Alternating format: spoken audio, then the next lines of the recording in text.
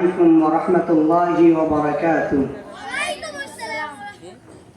إن الحمد لله نحمده ونستعينه ونستغفره ونؤمن به ونتوكل عليه ونعوذ بالله من شرور أنفسنا ومن سيئات أعمالنا. من يهديه الله فلا مضل له ومن يضلل فلا هادي له. ونشهد أن لا إله إلا الله وحده لا شريك له.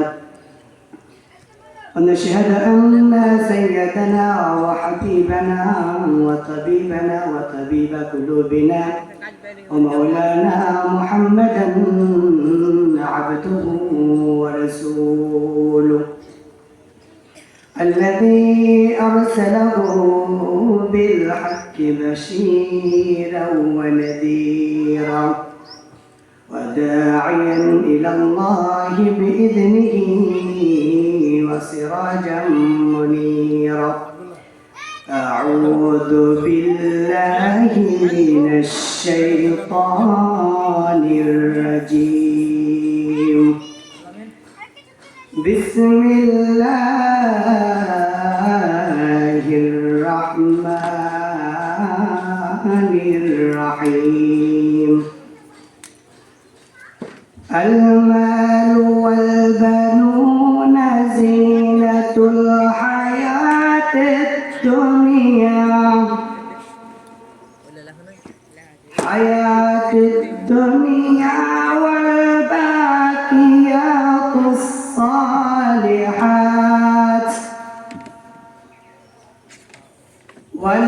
والباقيات الصالحات خير عند ربك ثوابا وخير عملا. وقال تعالى: ولله ملك السماوات والأرض يخلق ما يشاء يهب لمن يشاء إناثا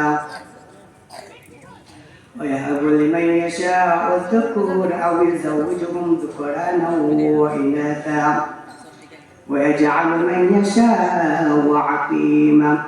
وقال رسول الله صلى الله عليه وسلم: إن من حق الولد على الوالد ثلاثة أشياء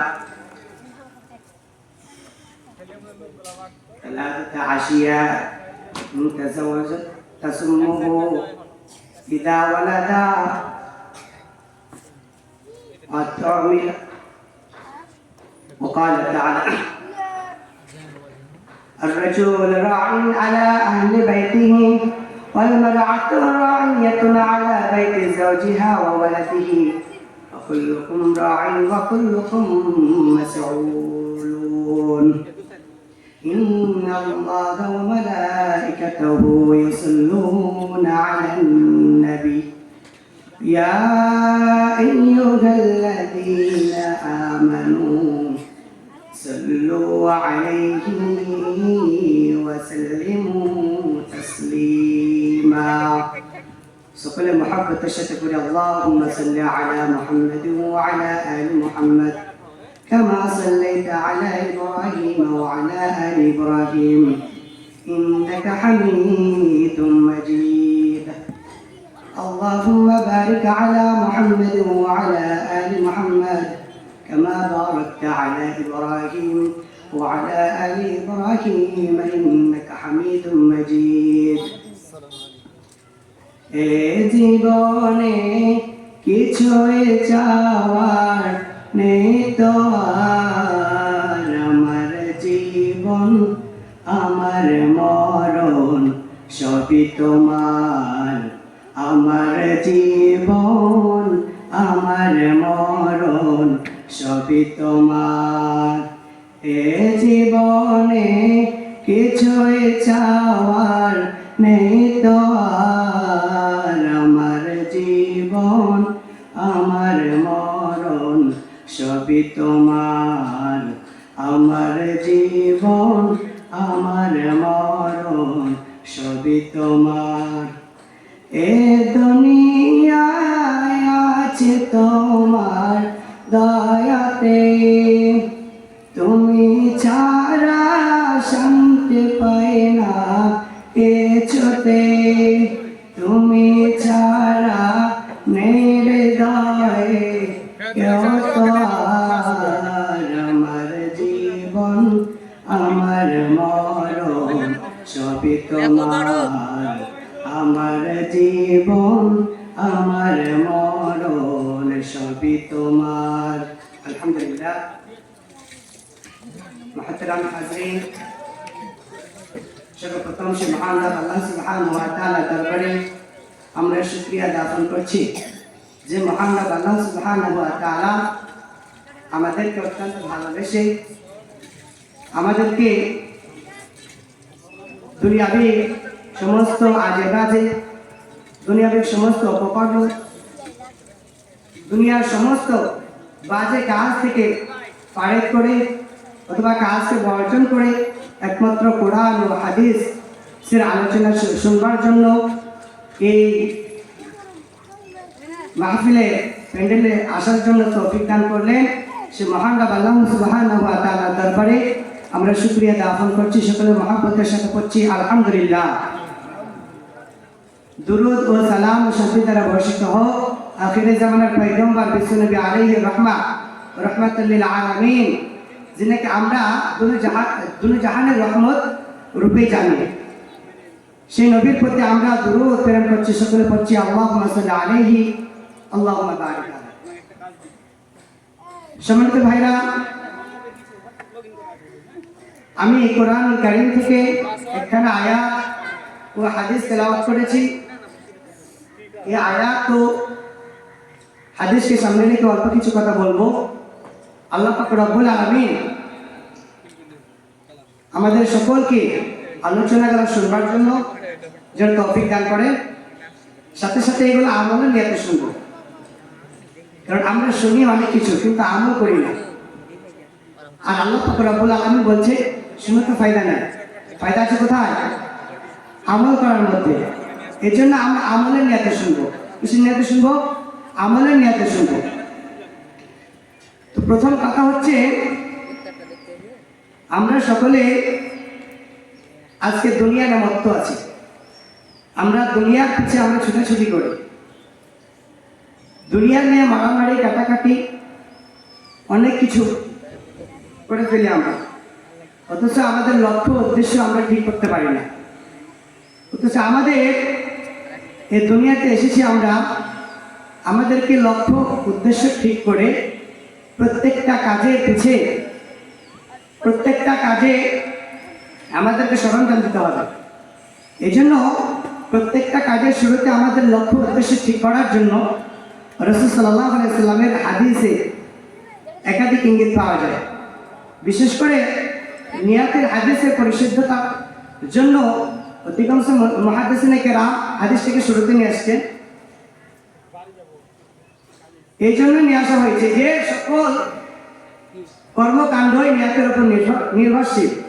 এখন যদি নিয়াত, লক্ষ্য, উদ্দেশ্য আমাদের ঠিক না থাকে, আমরা হাজার কিছু করতে পারি, হাজার ইবাদত করতে পারি, নামাজ বলেন, রোজা বলেন, হজ বলেন, যাকাত বলেন, এমনকি জিহাদ বলেন, আল্লাহর রাস্তায় জিহাদ করে এই জমিনকে রক্তাক্ত করে, জমিনকে রক্ত ভাসিয়ে দিয়ে আমরা যদি পরকালে পাড়ি দিয়ে চলে যাই, তবু আমাদের জন্য কল্যাণ বয়ে আনবে না।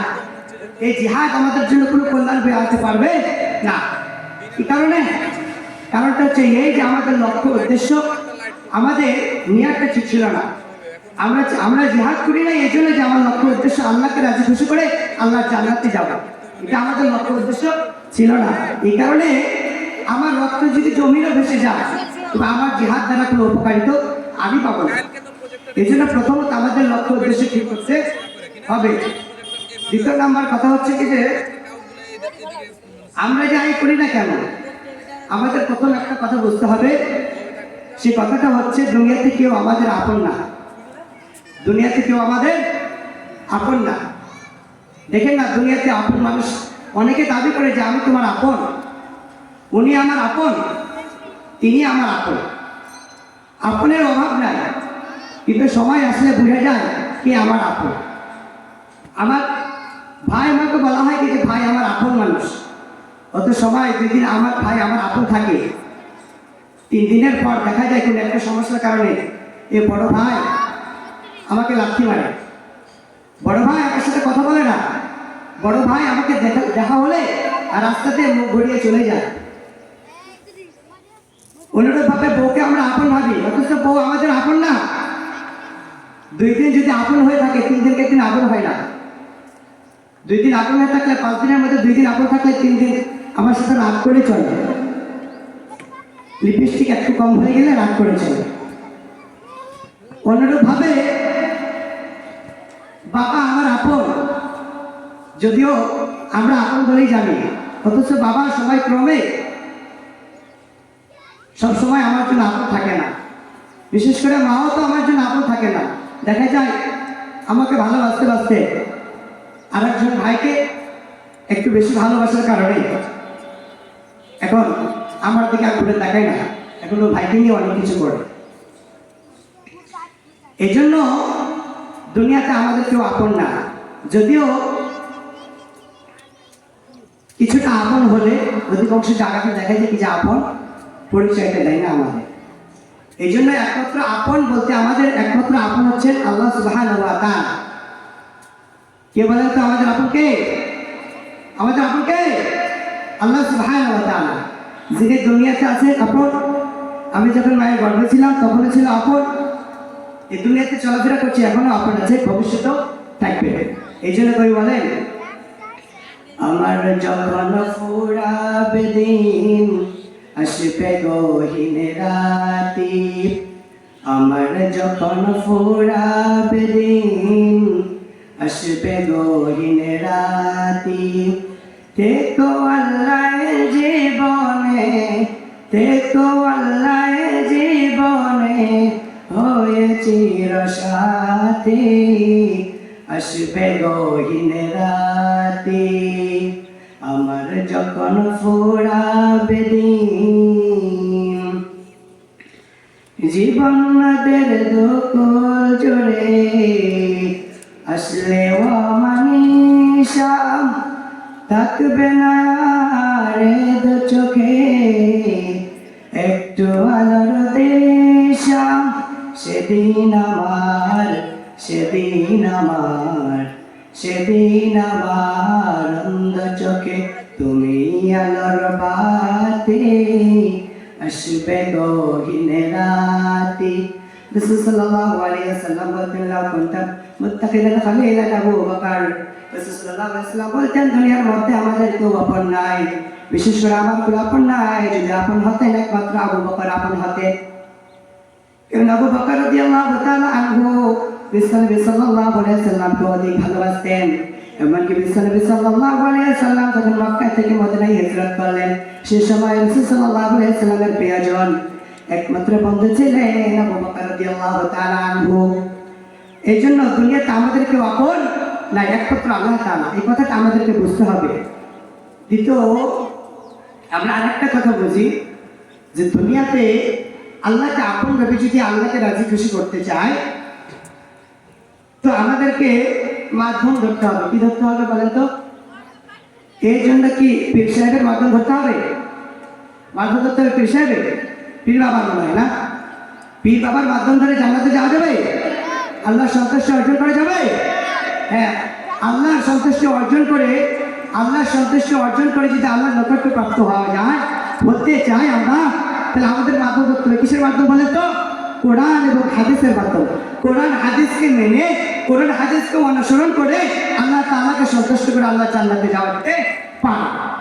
তাহলে আল্লাহ তাআলাকে রাজি খুশি করে আমরা আল্লাহ জান্নাতে যেতে চাই। আচ্ছা বলেন তো, জান্নাতটা কার বানানো? আল্লাহর বানানো। কার বানানো? আচ্ছা, আল্লাহর জান্নাতে আমরা যাবো। কারা যাবো বলেন তো? কারা যাবে? আমরা যাবো। আচ্ছা বলেন তো, আল্লাহর জান্নাতে যদি আমরা যেতে চাই, আল্লাহর কথা মেনে, আল্লাহর দাসত্ব করে আল্লাহর জান্নাতে যাওয়া যাবে, না শয়তানের দাসত্ব করে আল্লাহর জান্নাতে যাবে?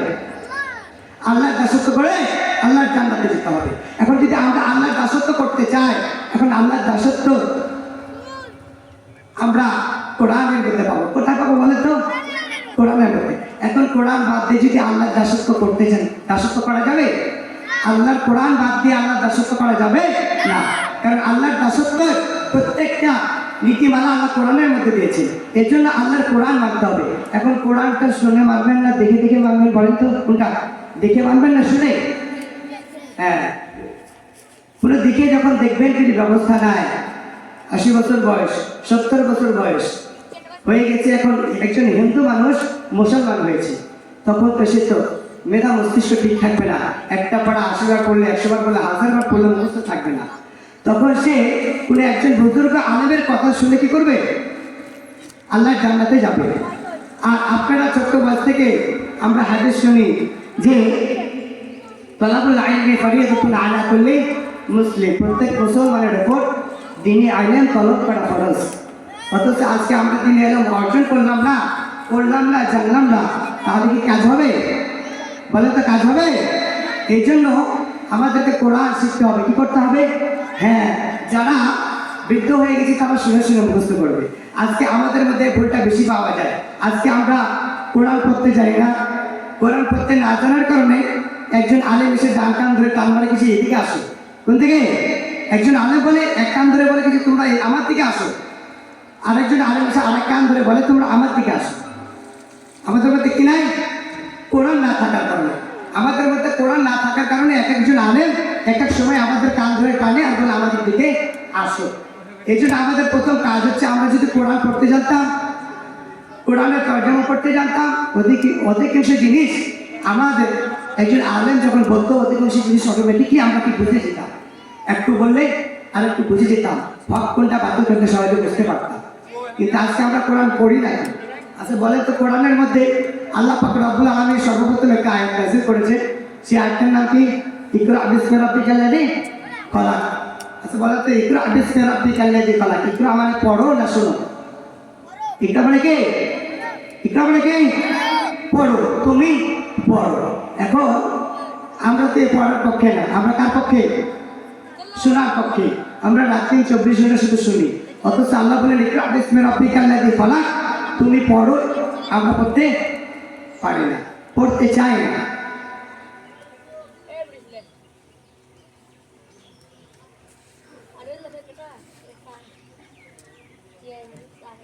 এর জন্য আমাদের কি করতে হবে? প্রথম কাজ কি? কোরআন পড়তে হবে। কোরআন যদি আমরা পড়ি তা আমরা কি করব? আমরা অনেক কিছু বুঝে যাব। তবে আলেমে শরণাপন্ন হতে হবে। এখন কোরআন পড়ে তর্জমা একটু বাংলা দেখে দেখে পড়ে, এখন বলে আমি বড় মুফতি সাহেব। আমি কি বলেন তো? আমি বড় মুফতি সাহেব। এখন আমার কাছে পড়া নাই, কোরআনের শিক্ষা নাই, হাদিসের শিক্ষা নাই। আজকে আমরা ফতোয়া দিই, আমরা মাসলা মাসাইল বড় পণ্ডিত হয়ে গেছি। এই জন্য কোরআন শিখতে হবে, সাথে সাথে কি করতে হবে? কোনো বড় আলেমের শরণাপন্ন হতে হবে, আলেমের সঙ্গে হয়ে থাকতে হবে। এখন আলেমের সঙ্গে না হলে কাজ হবে না। এই জন্য আমরা কোরআন পড়ব। আর একটু স্পষ্ট, কবরের মধ্যে প্রশ্ন করা হবে কয়টা? কয়টা? 3টা প্রশ্ন করা হবে।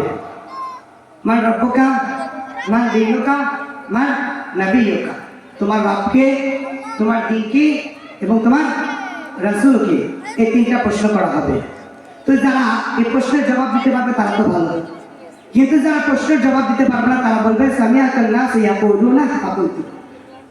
এরূপ হতে পারে এই 3টা প্রশ্নের জবাবে তারা বলবে সামিআতুন নাস ইয়াকুলুনা ফাকুলতু। দুনিয়ার মধ্যে মানুষদের মুখ থেকে আমরা জানতাম, দুনিয়ার মধ্যে মানুষদের মুখ থেকে সামিআতু আমরা শুনতাম, ইয়াকুলু তারা বলতে ফাকুলতু, যা আমি বলছি, যা আমরা বলছি। তারা হবে কোন পক্ষের মানুষ? তারা বলবে সামিআতুন নাস, আমরা মানুষদের মুখ থেকে শুনতাম। তারা এরা কোন পার্টি বলে তো? এরা শোনা পার্টি। কি পার্টি? এরা সারা জীবন শুনেছে যে রব বলে একজন আছে, অথচ রবের হাকিকত কি, রব সম্পর্কে অধিক মাসলা মাসাইল আছে, হ্যাঁ, তাওহীদের বার্তাগুলো সঠিকভাবে জানতো না। এরা হচ্ছে শোনা পার্টি। সেদিন উত্তর দিতে পারবে না, সেদিন তারা কি ব্যর্থ কাম হয়ে তারা কি করবে? জাহান্নামে যেতে হবে। কারণ কবরের প্রশ্ন যদি সঠিক না হয়, জান্নাত তো তার জন্য হবে না। কারণ কোরআন এই 3টা প্রশ্ন যদি সঠিক হয় তাহলে সে জান্নাতে যেতে পারবে। এই জন্য সামিআতুন নাস ইয়াকুলুনা ফাকুলতু, তারা বলবে আমরা দুনিয়ার মতো শোনা পাঠিয়েছিলাম, শুনতাম যে রব আছে, কিন্তু রব কি জিনিস, রবের বিধান কি, হ্যাঁ আমরা কোন পথে চলতে বলেছে, ভালো মন্দ এগুলো না আমরা লাগাঘাটা করতাম না। এই কারণে এত কোথায় প্রশ্নের উত্তর দিতে পারছি না, এসে জাহান্নামে যেতে হবে। পক্ষান্তরে যারা কোরআন পড়ে থাকবে, ওলামা মাশায়েখের সাথে চলাফেরা করবে, তারা কোরআন হাদিস সম্পর্কে ধারণা পাবে এবং আমল আখলাক তাদের ভালো হবে। আমল যারা করবে ইখলাসের সাথে, এর সাথে সাথে তারা কবরের 3টা প্রশ্নের জবাব দেবে। সাথে সাথে আরেকটি বাড়তি প্রশ্ন করা হবে, যে প্রশ্নগুলো তোমরা শিখেছো কোথা থেকে, তোমরা এই প্রশ্নগুলো কোথা থেকে শিখেছো? তখন তারা বলবেন আমরা কোরআন পড়ে পড়ে শিখেছি। কি পড়ে পড়ে শিখেছি? কোরআন পড়ে পড়ে শিখেছি, আর এগুলোকে বিশ্বাস করেছি, সাথে সাথে আমল করেছি। এই কারণে আজকে আমরা এই প্রশ্নগুলোর জবাব দিতে পারছি। তারা সফলতা নিয়ে তারা জান্নাতে চলে যাবে। কোথায় যাবে? জান্নাতে যাবে। তাহলে এখান থেকে আমাদের প্রথম কাজ হচ্ছে কি, যে আমাদেরকে কোরআন পড়তে হবে। কি পড়তে হবে? কোরআন পড়া ছাড়া বিকল্প পথ না। মুসলমানের জন্য শিক্ষা যত ফরজ, আমাদের শিক্ষা অর্জন করবো। তো যা হোক সম্মানিত ভাইরা, আমরা সামনে আমাদের আলোচনার বিষয় যেটা ছিল আল্লাহ পাক রব্বুল আলামিন এই আয়াতের মধ্যে বলছেন মাল এবং সন্তানাদি, ধন সম্পদ এবং সন্তানাদি, ছেলে হোক মেয়ে হোক, এরা হচ্ছে দুনিয়ার সৌন্দর্য, জিনাতুল হায়াতিদ দুনিয়া। এর দুনিয়া কি? দুনিয়ার সৌন্দর্য। বাকিয়াতুস সালিহাত খায়রুন ইনদা রাব্বিকা সাওয়াবা ওয়া খায়রুন আমালা।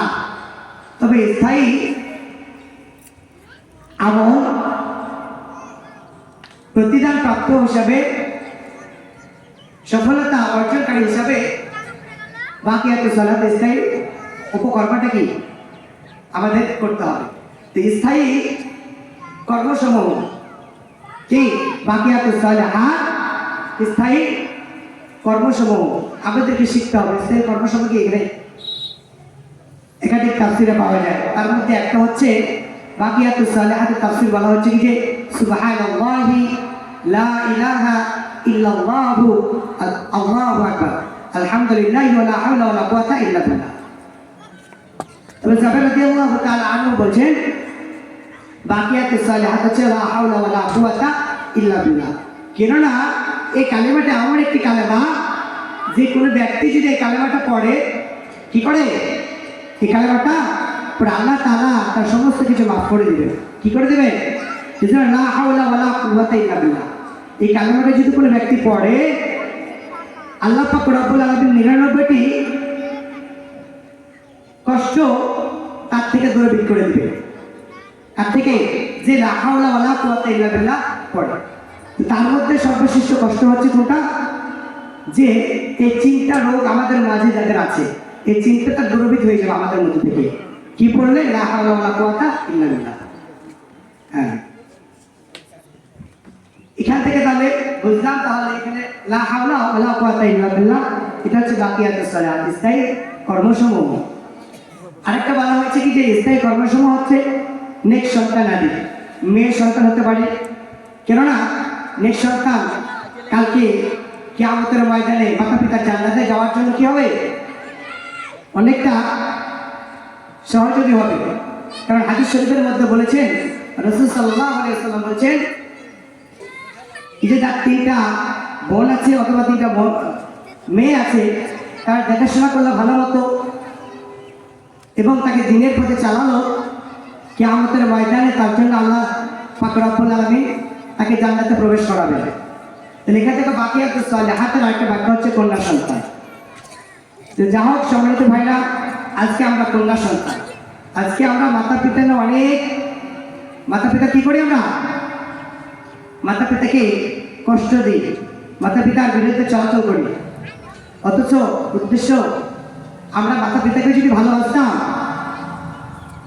তাহলে আমরাও ভালো থাকতাম, মাতা পিতাও ভালো থাকতো, গালিগালাজ করতো না, আমাদের জন্য বদদোয়া করতো না, আমাদেরকে জাহান্নামে যেতে হতো না। অথচ আজকে আমরা মাতা পিতার বিরুদ্ধে চলি, মাতা পিতার কথা শ্রবণ করি না, মাতা পিতার কথা শোনা থেকে আমরা বিরত থাকি। অথচ আমাদের উচিত কি ছিল? মাতা পিতার কথা শ্রবণ করা। অথচ মাতা পিতার কথা আমরা শুনি না। কি কারণে শুনি না? সেটাও আছে কোরআন হাদিসের মধ্যে। কারণ মাতা পিতার কথা যখন আমরা শুনবো, কারণ কোরআন যদি আমাকে শিক্ষা দিত মাতা পিতা, তাহলে তো আমরা কোরআনে পড়তাম ওয়াকাদা রাব্বুকা আল্লা তা'বুদু ইল্লা ইয়াহু ওয়া বিল ওয়ালিদাইনি ইহসানা। আল্লাহ বলছে যে তোমাদের প্রতিপালক অর্থাৎ আল্লাহ পাক রব্বুল আলামিন একটা মীমাংসা করে দিয়েছেন, ফয়সালা করে দিয়েছেন যে আল্লাহ তাআলার ইবাদত করো, এরপরে মাতা পিতা কি করো, ইহসান করো, মাতা পিতার সাথে সদ্ব্যবহার করো, ভালো ব্যবহার করো। অথচ মাতা পিতা যদি আমাদেরকে কোরআন শিক্ষা দিত, একটা আমাদের চোখে পড়তো, তখন আমরা মাতা পিতার সাথে খারাপ ব্যবহার করতে পারতাম না। অথচ মাতা পিতা আমাদেরকে কি করেছে, কোরআন হাদিস শিক্ষা দেয় নাই, এই কারণে আজকে আমরা মাতা পিতার সাথে বেয়াদবি করি। এই জন্য আমরা সন্তানদেরকে নিয়ামত রূপে পেতে চাই। আর নিয়ামত রূপে যখন কখন পাবো, যখন আমরা সন্তানদের হকগুলো আদায় করব, তখন আমরা সন্তানদেরকে নিয়ামত রূপে পাবো। আর যদি সন্তানদের হকগুলো আমরা আদায় না করি, তখন আমার সন্তান কি হবে, যে নিয়ামত থাকবে না, গজবে পরিণত হবে। সেটাই আল্লাহ পাক রব্বুল আলামিন কোরআনের মধ্যে বলছেন, ওয়া'লামু আন্নামা আমওয়ালুকুম ওয়া আওলাদুকুম ফিতনাহ। তোমাদের মাল সম্পদ এবং তোমাদের সন্তান আদি হচ্ছে তোমাদের জন্য কি, ফিতনা। তোমাদের মাল সম্পদ এবং তোমাদের সন্তান আদি হচ্ছে কি, তোমাদের জন্য ফিতনা স্বরূপ। সুতরাং এই ফিতনা কখন হবে, যখন আমরা সন্তানদের হকগুলো আদায় না করব, সন্তানকে কোরআন হাদিস শিক্ষা না দিব, তখন সন্তান আবার জাহান্নামে যাওয়ার কারণ হবে, সন্তান ফিতনায় পরিণত হবে। আর যখন আমরা কোরআন হাদিস মোতাবেক এইগুলা আমরা সন্তানদের হকগুলা বুঝাই দিব, সন্তানদের হকগুলো আদায় করব, তখন আমরা কি হব, কারণ আমাদের সন্তানগুলো আমাদের জন্য নিয়ামতে পরিণত হবে। এই জন্য সন্তানের হকগুলো আমরা প্রথমে জানবো। প্রথমে 1 নম্বর হক হচ্ছে وحقه عليه أن يستنجب أمه، يعني لا يتزوج امرأة دينية لكي لا يكون للعلم تعير بها। তাহলে সন্তানের হক শুরু হয় কখন, সন্তান দুনিয়াতে আসার পূর্ব থেকে। কখন থেকে, দুনিয়াতে আসার পূর্ব থেকে। হাদিসে বলা হয়েছে ওয়াহাকুহু আলাইহি আয়াস্তানজিবা উম্মাহু ইয়ানি লা ইয়াতাজাওয়াজু ইমরাতান দীনিয়াতান। সে হকটা হচ্ছে যে বাবা সন্তান দুনিয়াতে আসার আগে যখন বিবাহ করবে, তো সন্তানের দিকে তাকিয়ে একটা দিনদার যেন বউ ঘরের মধ্যে নিয়ে আসতে পারে। কেন, সন্তান যদি দুনিয়ার মধ্যে আসবে, তার মা যদি কি হয়, খারাপ হয়, দিনদার দিন না বুঝে, কোরআন না বুঝে, হাদিস না বুঝে, প্রশ্নের পড়া করে, তাহলে তো সে মার কাছে সন্তান এসে তো ভালো হওয়ার সম্ভাবনা থাকে না। কেন, কারণ সঙ্গী যদি খারাপ হয়, তাহলে তো ভালো হওয়ার সম্ভাবনা থাকে না। আর দুনিয়ার মধ্যে সবচাইতে নিকটপ্রাপ্ত সঙ্গী হচ্ছে মা। কারণ বাবা তো স্থায়ী হয় না, বাবা দুদিন আসে তো 3 দিন না থাকে, বাবা 2 দিন থাকলে 3 দিন দুনিয়াতে আমাদের পাশে থাকে না। কিন্তু সর্বক্ষণই একজন সন্তানের সঙ্গ থেকে মা দেয়, এই জন্য মার সঙ্গী। এই জন্য রাসূল সাল্লাল্লাহু আলাইহি ওয়াসাল্লাম বলছে, যখন সন্তানের মা নির্বাচন করবো, তখন ভালো থেকে দিনদার থেকে নির্বাচন করো, কারণ মার সাথে উঠা বসা করে সে ভালো হবে। এই জন্য সন্তানের প্রথম নাম্বার হক হচ্ছে, যখন বাবা বিবাহ করবে, তখন একজন দিনদার যেন মেয়ে থেকে বিবাহ করে, এটা হচ্ছে প্রথম হক। দ্বিতীয় নাম্বার হক হচ্ছে, দ্বিতীয় নাম্বার হক হচ্ছে সন্তান দুনিয়াতে আসার পর তার কানে আজান দিতে হবে। কি দিতে হবে, কানে আজান দিতে হবে। عن أبي رافع عن أبيه قال سمعت الناس رسول الله صلى الله عليه وسلم রাসূল সাল্লাল্লাহু আলাইহি বলছেন যে আমি রাসূল সাল্লাল্লাহু আলাইহি ওয়াসাল্লামকে দেখেছি যে আযযানা ফি উযুনিল হাসান ইবনে আলী হিনা ওয়ালাদাতহু ফাতিমা বিসসালাম। রাসূল সাল্লাল্লাহু আলাইহি ওয়াসাল্লাম আলী রাদিয়াল্লাহু তাআলা আনহুর সন্তান হাসান রাদিয়াল্লাহু তাআলা আনহুর জন্মের সময় কি করেছেন, নামাজের আযানের মতো কানের মধ্যে আযান দিয়েছে। তবে শরীহ সুন্নাহ নামক গ্রন্থের মধ্যে বলা হয়েছে যে ওমর ইবনে আব্দুল আজিজ রাহমাতুল্লাহ আলাইহির জামানায় যখন করে নবজাতক শিশু দুনিয়ার মধ্যে আসতেন, তখন রাসূল সাল্লাল্লাহু আলাইহি ওয়াসাল্লাম তার কানের মধ্যে আযান দিতেন, ডান কানে আযান দিতেন এবং বাম কানে ইকামত দিতেন। এই জন্য এগুলো সুন্নাহ এবং তাহনিদ করানো, এই তাহনিদ করাটাও একটা সুন্নাহ। অথচ আমরা তাহনিদ বুঝি না। তাহনিদ বলা হয় সন্তান জন্মের পরে সন্তানের বরকতের দোয়া করা, বরকতের জন্য দোয়া করা, সাথে সাথে খেজুর চিবিয়ে সন্তানের মুখে দেওয়া, রস দেওয়া, যাতে করে, যেমন আয়েশা রাদিয়াল্লাহু তাআলা আনহা বলেন, কানা ইয়াতা বিসবিয়ানি ফায়ুবাররিকু আলাইহিম ওয়া ইউহান্নিকুহুম। আয়েশা রাদিয়াল্লাহু তাআলা আনহা বলেন যে রাসূল সাল্লাল্লাহু আলাইহি ওয়াসাল্লামকে যখন কোনো নবজাত, রাসূল সাল্লাল্লাহু আলাইহি ওয়াসাল্লামের নিকটে যখন কোনো নবজাতক শিশুকে নিয়ে আসা হতো, তখন রাসূল সাল্লাল্লাহু আলাইহি ওয়াসাল্লাম তার জন্য বরকতের দোয়া করতেন এবং কাহানি করাতেন। এবং এরপরে আরেকটা সন্তানের হক হচ্ছে আকিকা করা। আকিকার ব্যাপারে বলছেন মাআল গুলামি আকিকাতুন ফাআহদিকু আনহু দামা ওয়া আমিতু আনহুল আদা। আকিকা এমন একটা জিনিস, রাসূল সাল্লাল্লাহু আলাইহি ওয়াসাল্লাম বলছেন প্রত্যেক নবজাত শিশু আকিকা করার প্রতিবন্ধক থাকে। যে আকিকা ছেলে সন্তানে সপ্তম দিনে আকিকা করা হয় এবং সেই দিন কি করা হয়, মাথা মুন্ডানো হয় এবং একটা নাম রাখা হয়। তাহলে আকিকা করতে হবে। এখন আকিকাটা তাহলে এগুলো হচ্ছে সন্তানের হক। তার মধ্যে আরেকটা হক হচ্ছে সন্তানদেরকে কোরআন শিক্ষা দেওয়া, এরপরে তাওহীদ শিক্ষা দেওয়া। যেমন তাওহীদের ব্যাপারে রাসূল সাল্লাল্লাহু আলাইহি ওয়াসাল্লাম বলেছেন ইফতাহু আলা সিবিয়ানিকুম আউয়াল কালিমাত বিলা ইলাহা ইল্লাল্লাহ।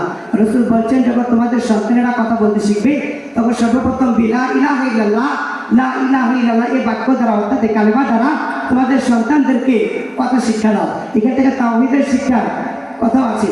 এই জন্য সন্তানদেরকে তাওহীদ শিক্ষা দিতে হবে, কালিমা লা ইলাহা ইল্লাল্লাহ সর্বপ্রথম। অথচ আজকে আমরা আমাদের সন্তানদেরকে কি শিক্ষা দিই বলে, সন্তান যখন কথা শিক্ষা করে সর্বপ্রথম কথা বলতে শিখে তখন আমরা বলি বাবা বলো দেখি, তুমি আব্বু বলো তো, আব্বু বলো তো, কেউ বলে দাদা বলো, কেউ বলে আম্মু বলো, এরূপভাবে আমরা কথা বলি। অথচ রাসূল বলছেন যে তোমাদের সন্তানদেরকে বিলা ইলাহা ইল্লাল্লাহ কালিমা তয়্যিবা দ্বারা কি শিক্ষা দাও, কথা শিক্ষা দাও। এরপরে কোরআন শিক্ষা দেওয়ার হাদিস তো আপনারা জানেন। এই জন্য আমাদের সন্তানদেরকে কি শিক্ষা দিতে হবে, আগে কোরআন শিক্ষা দিতে হবে। কোরআনের ব্যাপারে রাসূল সাল্লাল্লাহু আলাইহি ওয়াসাল্লাম বলছেন যে একজন সন্তানের হক হচ্ছে তিনটা। প্রথম সন্তান জন্মগ্রহণের সময়